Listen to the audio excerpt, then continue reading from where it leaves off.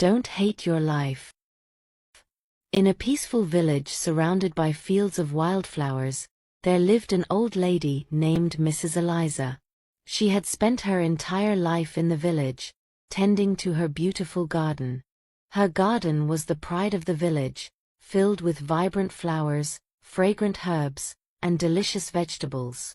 Despite her contributions, Mrs. Eliza often felt that her life was insignificant and mundane.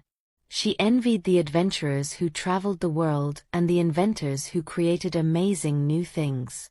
One sunny afternoon, while working in her garden, Mrs. Eliza noticed a young boy named Samuel watching her from the fence.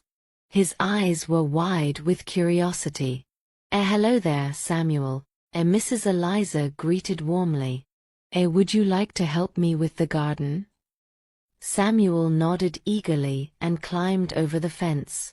As they worked together, Mrs. Eliza shared stories of her life in the village.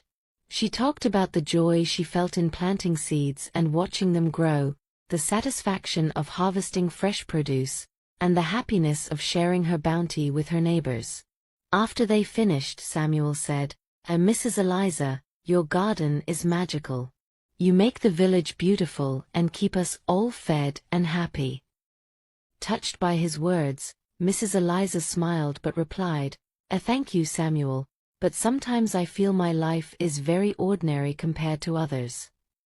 Samuel looked thoughtful for a moment, then said, "I want to show you something." He took Mrs. Eliza by the hand and led her through the village. They visited different homes, and at each stop, someone came out with a story to tell.